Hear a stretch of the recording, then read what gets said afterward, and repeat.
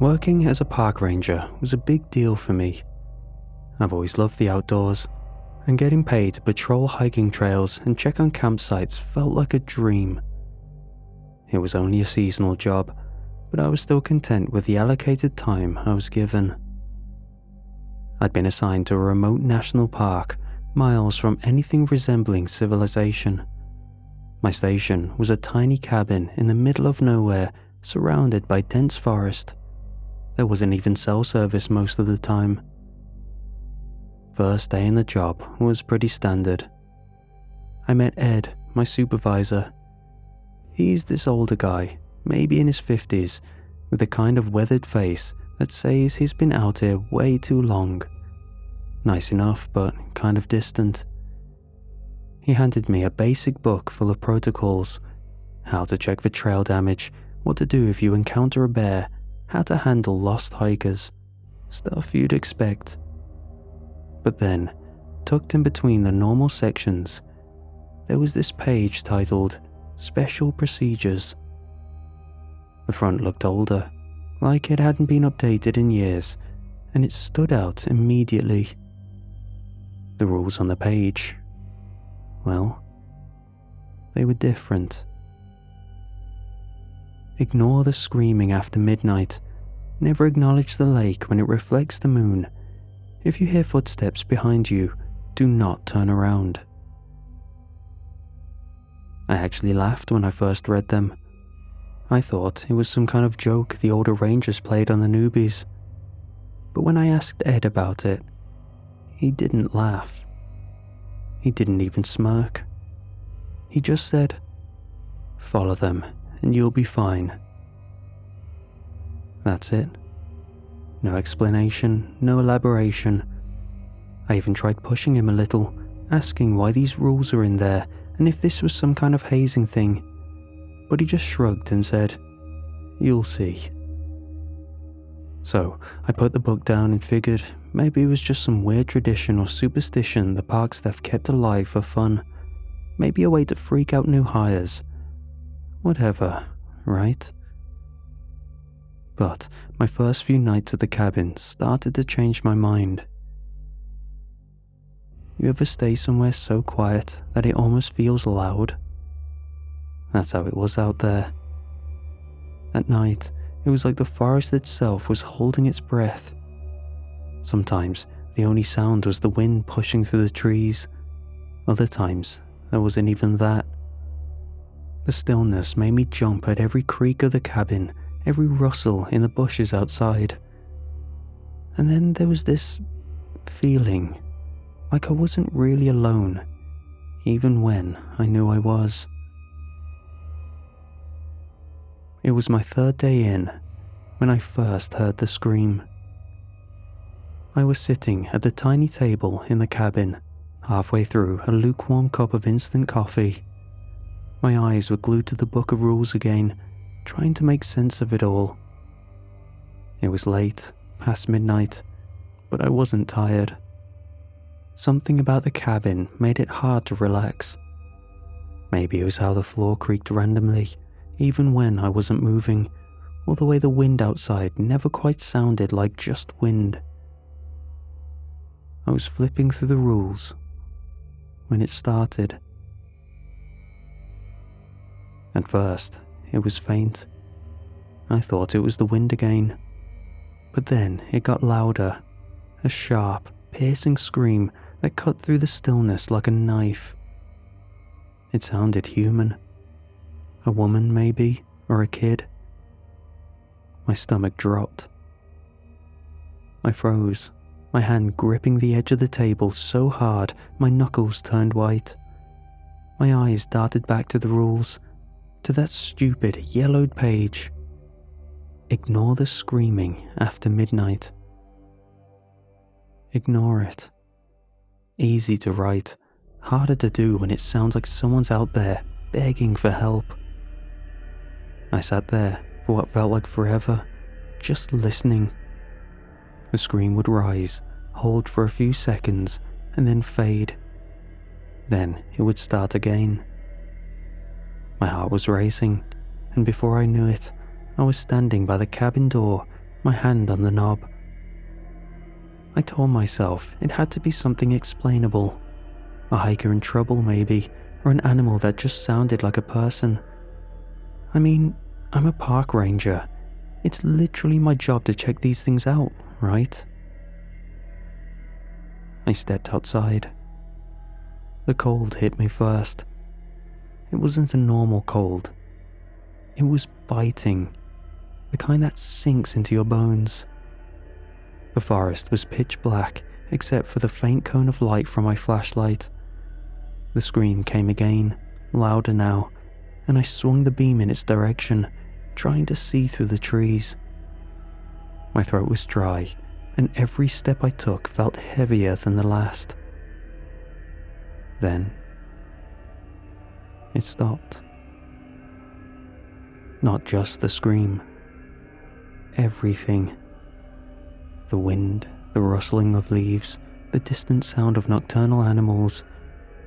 It all just cut out, like someone hit the mute button on the world. The silence was so thick I could hear my own breathing, quick and shallow. I don't know how long I stood there, frozen in place, but eventually I turned back toward the cabin. Whatever I thought I was going to find out there, it wasn't worth it. My skin crawled the entire way back like something was watching me, just beyond the edge of the flashlight's reach. When I got inside, I locked the door twice. The next morning, I asked Lisa about it. She's another ranger, works the main station closer to the visitor center. Lisa's the kind of person who always seems upbeat, like nothing rattles her. But when I brought up the scream, her face changed immediately. She went pale, and her eyes darted around the room like she was checking to see if anyone else was listening. "You didn't follow it, did you?"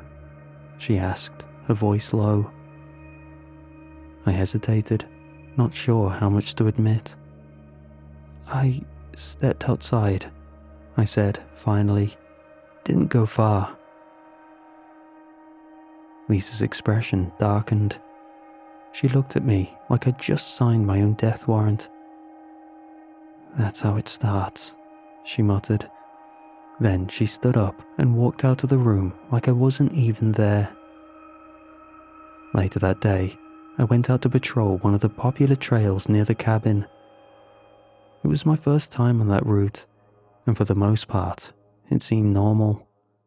Just trees, dirt, and the occasional squirrel. But about halfway through, I noticed something odd. The ground had these scuff marks, like someone had been running off the trail. The branches on the bushes nearby were broken, and the dirt was churned up like they'd been a struggle. I followed the marks for maybe 20 feet before I found it. A single boot. Muddy, torn, just sitting there in the middle of the forest. There was no sign of its owner. My stomach twisted as I stared at it. It wasn't just the boot itself. It was the way it was sitting there, like it had been dropped deliberately. It didn't feel like something someone had just forgotten. It felt wrong. When I got back to the station, I told Ed about it. He barely looked up from his paperwork. "The forest takes what it wants," he said, shrugging. Then, he went back to his coffee, like that was the end of it. The first time I broke a rule, I told myself it didn't really count. It was maybe a week in, and I'd almost started to feel like I had a routine down. Sure, the rules are weird, and yeah, the nights were unnervingly quiet, but I'd convinced myself that things weren't as bad as I'd made them out to be. Then, the footsteps started. It was late, probably around 1 a.m., and I was lying in bed trying to fall asleep.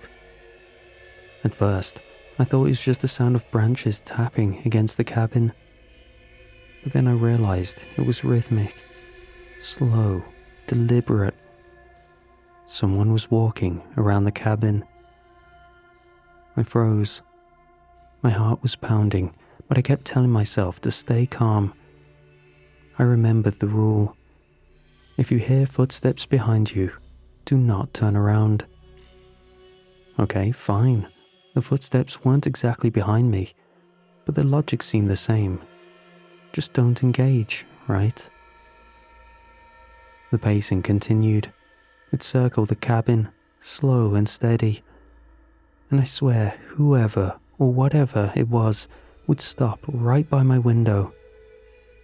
I could feel it lingering there, just out of sight.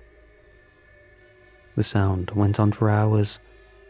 I tried covering my ears, but it didn't help. I couldn't shake the feeling that something was waiting for me to look. I held out as long as I could, but by 3 a.m. my nerves were shot. I figured if someone was actually outside, I needed to know. What if it was a hiker who got lost? What if I was in danger? I pulled back the curtain just a crack. Nothing. There was nothing out there. Just the trees, the dirt path, and the faint glow of the moon. But the second I looked, the footsteps stopped, like they'd been waiting for me to break. The silence that followed was even worse. It was thick, pressing down on me like gravity was being turned up on a dial. I didn't sleep that night. The next morning, I noticed something was off. My boots weren't by the door where I'd left them. They were in the middle of the room. My radio, which I left off, was on, hissing with faint static, and when I glanced at the window, I swear my reflection didn't move in time with me. It lagged just a split second, but enough to make my stomach drop. I told myself it was nothing, just my mind playing tricks. But then, I patrolled the lake. A few days later, I was out patrolling the trails near the lake at dusk. The sky was this brilliant orange, and the moon was just starting to rise. When I got to the water's edge, I noticed the moon's reflection. It was too much. Too bright, too vivid, almost like it wasn't just reflecting the moon, but amplifying it. I stood there for a second, hypnotized, before the rule clicked in my head. Never acknowledge the lake when it reflects the moon. I snapped out of it and took a step back, but as I turned to leave, I saw a ripple in the water. There wasn't any wind, no fish jumping, just that ripple spreading out from the center. And for a split second, I swear I saw a hand, pale and thin, reach up toward the surface. I didn't stick around to see what came next. I stumbled back to the trail and didn't stop until I was halfway to the cabin. That night, I had a dream. I was back at the lake, standing at the edge, but the moon's reflection was shattered like broken glass. I could hear something crawling out of the water, slow and deliberate, dragging itself toward me. I couldn't move, couldn't even scream. I woke up drenched in sweat, my heart racing. But it wasn't just a dream. When I swung my legs out of the bed, I felt cold, wet fabric. My boots were soaked, caked with mud. And there were footprints, muddy, unmistakable, leading from the door to my bed. Looking back, I think the first real warning sign wasn't the footsteps or the lake. It was Lisa. She'd been one of the first people I'd met on the job, and while she wasn't exactly friendly, she was present. She'd crack a joke now and then, talk about the hikes she liked to take, but after the footsteps and the lake, she changed. She was still around, technically, but she wasn't Lisa anymore. Her skin looked pale, like she'd been sick for weeks, and her eyes, I don't even know how to describe it. They just didn't seem to focus, like she was looking through me, not at me. She barely spoke unless it was necessary, and even then, her voice was flat, almost mechanical. One morning, I asked her if she was okay. She just shrugged and said, "I'm fine, just tired." But she wasn't fine. And the worst part? Ed didn't seem surprised. If anything, he avoided her. When I brought it up to Ed later, he snapped at me. Ed, the guy who'd spent most of my first week cracking dad jokes and calling me newbie. "The rules are there for a reason, Nick," he said, glaring at me like I'd just insulted his entire family. "You don't follow them, and you deal with the fallout. That's it. No exceptions." "What kind of fallout are we talking about?" I pressed. "What's actually happening here?" "You don't want to know," he muttered, turning back to his coffee like we hadn't just had the most unsettling conversation of my life. Later that day, I went out to patrol, trying to shake the weird tension between us. It was supposed to be a normal route, one I'd done twice before. But something was different. The trail I was on didn't feel right. The trees seemed taller, like they were leaning in toward me, and the air was colder than it should have been for midday. Still, I pushed forward.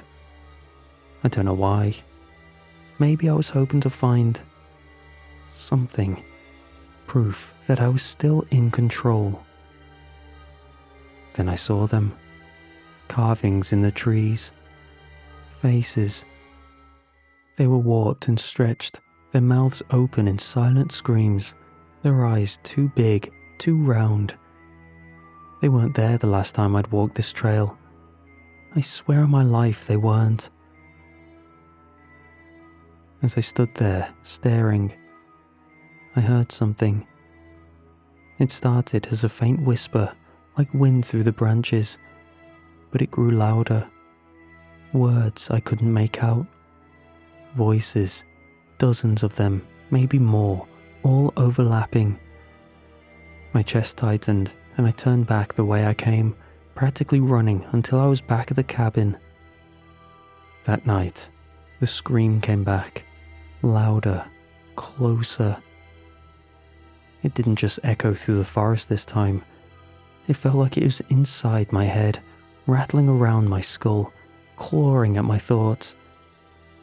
And then, I swear to you, I heard my name. It was woven into the scream, whispered at first, then louder. My name over and over, like it was begging me, calling me. I grabbed my flashlight and stood by the door, my hand on the handle. I almost opened it. I don't know what stopped me. Maybe it was instinct. Maybe it was the rule. Either way, I let go of the handle and stepped back, my whole body shaking. I didn't sleep that night. I wish I could tell you this is where it stopped. That after ignoring the scream and the whispers and whatever the hell happened with the lake, I just rode out my time and left the park like a normal person. But that's not how it works here. It was the manual that tipped me off. One morning, I woke up to find it sitting on my kitchen table. I swear I'd left it in the drawer, but there it was, right next to my untouched breakfast. I thought someone had just left it out. But then I saw the writing. The rules had changed. The old ones were still there. Ignore the screaming, don't look at the lake. But new ones had appeared, scribbled in handwriting I didn't recognize. One read, "The cabin lights must stay on after dark." Another, "If you hear knocking from inside the walls, don't investigate." But the one that made my stomach drop was at the bottom of the page. "You are part of the cycle. You must stay." I stared at it for a long time, hoping I misread it or losing my mind. Part of me wanted to crumple the page, toss it in the trash, and pretend I hadn't seen it. But I couldn't. Something about it felt final. It wasn't instructions I could just ignore. That afternoon, I went to find Ed. He was sitting on the porch of his cabin, sipping coffee like everything was fine, like none of this was happening. "Ed," I said, holding up the manual, "what the hell is this?" He barely glanced at it. "It's the rules." "Don't give me that. The rules are changing. Look." I flipped to the new entry, shoving it toward him. "What does this mean? What the hell is the cycle? Why does it say I have to stay?" Ed didn't say anything at first. He just stared at the horizon, his face unreadable. Finally, he sighed and put down his mug. "I told you, follow the rules, Nick. That's all you had to do." "What does that mean?" My voice cracked, but I didn't care. "You knew this was going to happen, didn't you? You knew, and you didn't say anything." His eyes met mine, and for the first time, I saw cracks in his calm demeanor. He looked tired, defeated. "The rules aren't just there to keep you safe," he said quietly. "They're part of the agreement." "What agreement?" "With the forest," he said, his voice barely above a whisper. "It takes what it wants. The rules are how we keep it at bay. But once you start breaking them..." He trailed off, shaking his head. "You can't undo it, Nick. It's already claimed you." That night, I didn't bother trying to sleep. I sat at the table, the manual open in front of me. The words, "You must stay," burned into my brain. The footsteps started around midnight. At first they were faint, just a soft shuffle outside the cabin. Then they grew louder, circling the walls, passing by the windows. I kept my eyes on the manual, my foot shaking nervously, trying to focus. Then came the knocking. It was slow at first, deliberate, like someone tapping their knuckles against the wood. But it didn't come from the door. It was inside the walls. I tried to block it out, repeating the rules in my head like a prayer.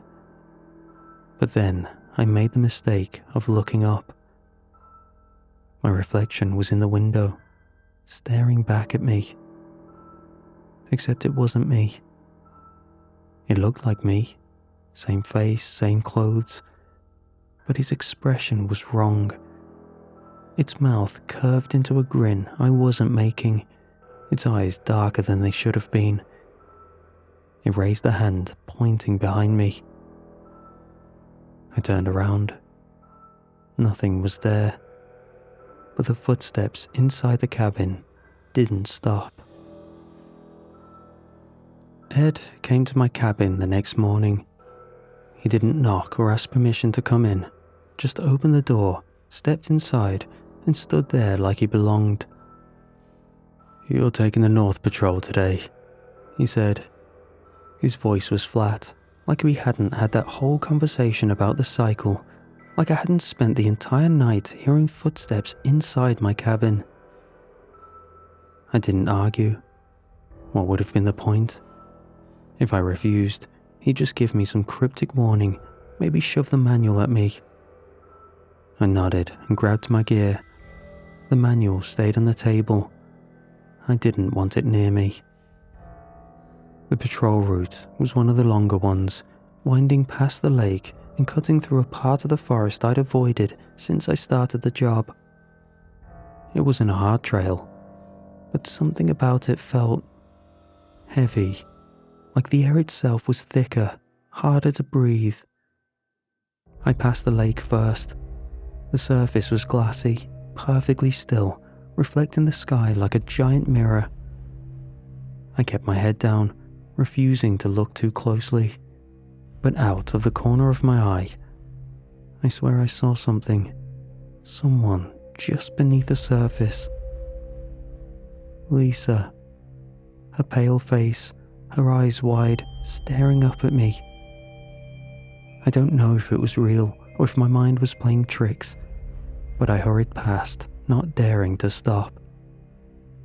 Further down the trail, I found a flashlight that belonged to Harris, another ranger lying in the dirt. It was caked with mud, the lens cracked. I picked it up without thinking, then immediately dropped it. The metal was ice cold, like it had been sitting in a freezer, not out in the open sun. That's when I started to notice the forest wasn't quiet anymore. There were faint whispers coming from the trees, layered and overlapping, like 100 voices murmuring just out of earshot. I couldn't make out the words, but I didn't need to. I knew they were for me. By the time I reached the park boundary, my legs felt like lead. The air had a strange pull to it, like the forest itself was holding me back. I stopped at the edge of the tree line, staring out at the empty road beyond. And an intrusive thought hit me. I could leave. Right then, right there, I could drop my gear, walk out of the forest, and never look back. I'd lose the job, sure, but I'd keep my life, my real life, the one I'd had before all of this. But then I thought about the manual, the rules, Ed's warnings.